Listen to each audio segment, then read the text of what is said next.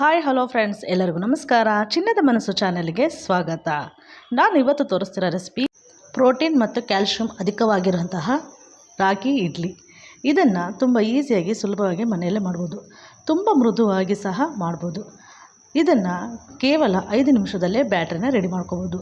ಹಾಗಾದರೆ ತಡ ಯಾಕೆ, ಹೇಗೆ ಮಾಡೋದು ಅಂತ ನೋಡೋಣ ಬನ್ನಿ.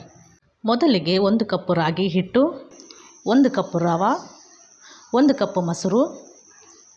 ಈಗ ಒಂದು ಬೌಲನ್ನು ತಗೊಂಡು ಅದಕ್ಕೆ ಮೊದಲಿಗೆ 1 ಕಪ್ ರಾಗಿ ಹಿಟ್ಟನ್ನು ಹಾಕಿ, ನಂತರ ಸೋಜಿ,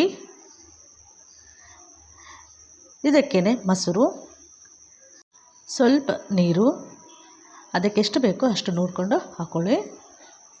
ಹಾಕಿ ಈಗ ಚೆನ್ನಾಗಿ ಮಿಕ್ಸ್ ಮಾಡೋಣ.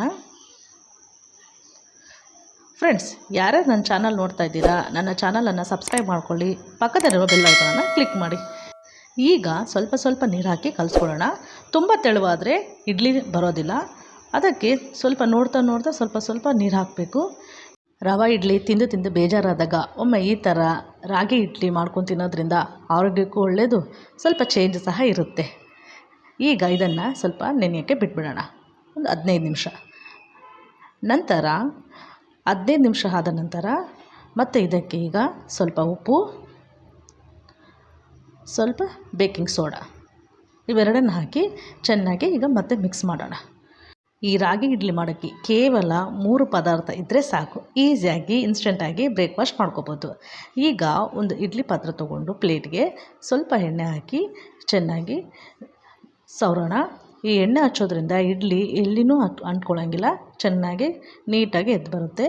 ಡೆಕೋರೇಷನ್ಗಂತ ಒಂದೊಂದು ಗೋಡೆ ಮೇಲೆ ಇಟ್ಟು ಅದ್ರ ಮೇಲೆ ಈ ರೀತಿ ಒಂದೊಂದು ಸ್ಪೂನ್ ಇಡ್ಲಿಗೆ ಯಾವ ಸೈಜ್ ಬೇಕೋ ಆ ಸೈಜ್ ಥರ ಹಿಟ್ಟನ್ನು ಹಾಕ್ಕೊಳ್ಳಿ. ಎಲ್ಲದಕ್ಕೂ ಇದೇ ರೀತಿ ಈಗ ಎಲ್ಲ ಹಿಟ್ಟನ್ನು ಹಾಕ್ಕೊಂಡ ನಂತರ ಈಗ ಇಡ್ಲಿನ ಒಂದು 10 ನಿಮಿಷ ಸ್ಟೀಮ್ ಮಾಡೋಣ. 10 ನಿಮಿಷ ಆದ ನಂತರ ಇಡ್ಲಿ ಸ್ಟ್ಯಾಂಡ್ ಓಪನ್ ಮಾಡಿ ಈ ಥರ ಇಡ್ಲಿ ನೋಡಿ ಎಷ್ಟು ಚೆನ್ನಾಗಿ ಇಡ್ಲಿಗೆ ಎದ್ದು ಬರುತ್ತೆ. ಎಲ್ಲಿಯೂ ಸಹ ಪ್ಲೇಟಿಗೆ ಅಂಟ್ಕೊಳ್ಳೋಂಗಿಲ್ಲ. ಎಣ್ಣೆ ಹಚ್ಚಿರೋದ್ರಿಂದ ತುಂಬ ಸ್ಮೂತಾಗಿ ಎದ್ದು ಬರುತ್ತೆ. ನೋಡಿ ಎಷ್ಟು ಸಾಫ್ಟಾಗಿರುತ್ತೆ. ಈ ಥರ ಆರೋಗ್ಯಕರವಾದಂತಹ ತಿಂಡಿಯನ್ನು ಮಾಡಿ ಮಕ್ಕಳಿಗೆ, ವಯಸ್ಸಾದವರಿಗೆ ಕೊಡೋದ್ರಿಂದ ಆರೋಗ್ಯಕ್ಕೆ ತುಂಬಾ ಒಳ್ಳೆಯದು.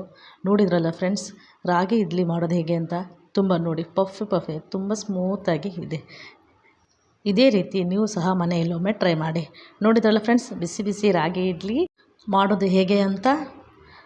ನೀವು ಸಹ ಮನೆಯಲ್ಲಿ ಒಮ್ಮೆ ಟ್ರೈ ಮಾಡಿ ಹೇಗೆ ಬಂತು ಅಂತ ನನಗೆ ಕಾಮೆಂಟ್ ಮಾಡಿ ತಿಳಿಸಿ. ಓಕೆ ಫ್ರೆಂಡ್ಸ್, ಮತ್ತೆ ಮುಂದಿನ ವಿಡಿಯೋದಲ್ಲಿ ಭೇಟಿಯಾಗೋಣ. ಎಲ್ಲರಿಗೂ ನಮಸ್ಕಾರ.